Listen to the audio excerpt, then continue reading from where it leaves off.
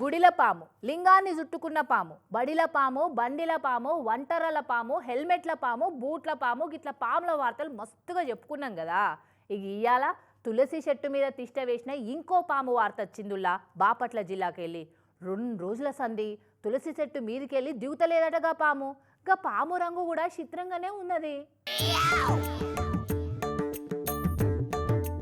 మనుషులను చూస్తే పాములు పారిపోతాయి, పాములను చూస్తే మనుషులు కూడా భయంతో పారిపోతారు. అయితే ఇగో బాపట్ల జిల్లా చీరాల మండలం ఈపురుపాలెం పద్మనాభునిపేటలుండే గోలి సులోచన అనేట ఆమె ఇంటి పెరట్టున్న ఈ తులసి చెట్టు మీద చూడు.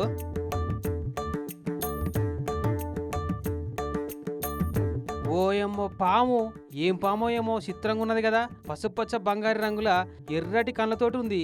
చూస్తే పోరగాలాడుకునే రబ్బర్ పాములనే అవపడుతుంది. 2 రోజుల సంది తులసి చెట్టు మీదకెళ్ళి దిగుతలేదట. అసలు ఇది బొమ్మనా నిజంగా పామేనా అని గదిలి చూస్తే మెల్లగా ఆ కొమ్మ మీదకెళ్ళి ఈ కొమ్మ మీదకి వచ్చి నిలబడి అప్పుడప్పుడు నాలుక బయట పెట్టి హాయ్ నేను బొమ్మను కాదు అన్నట్టు సిగ్నల్ ఇస్తుంది. ఇక మన ఆడలతో ఎట్లుంటది, అసలే శుక్రవారం శనివారమాయే స్వయంగా నాగదేవతే దిగొచ్చిందని లైన్లు కట్టి పూజలు చేసి ఆ పాముకు గిన్నెల పాలు పోసి నైవేద్యాలు పెట్టి ఫోటోలు వీడియోలు తీసుకుంటా మంగళారతులు పడుతున్నారు. ఇక ఈ పెద్దక్కకు నాగదేవత ఊనింది.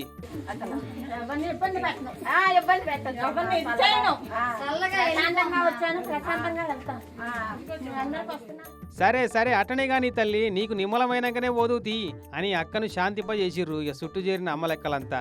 మరి ఏమన్నా తిని అరగక చెట్టెక్కి కూసుందా, దెబ్బ తాకితే తులసి చెట్టెక్కి సొంత వైద్యంగానే చేసుకుంటుందా అన్న ముచ్చట తెలియదు. కానీ 2 రోజుల సంది సినిమా చూసినట్టే చూస్తున్నారు అంతా. ఇక మరి ఇయ్యాల కూడా ఆడనే ఉంటుందో వెళ్ళిపోతుందో చూడాలి.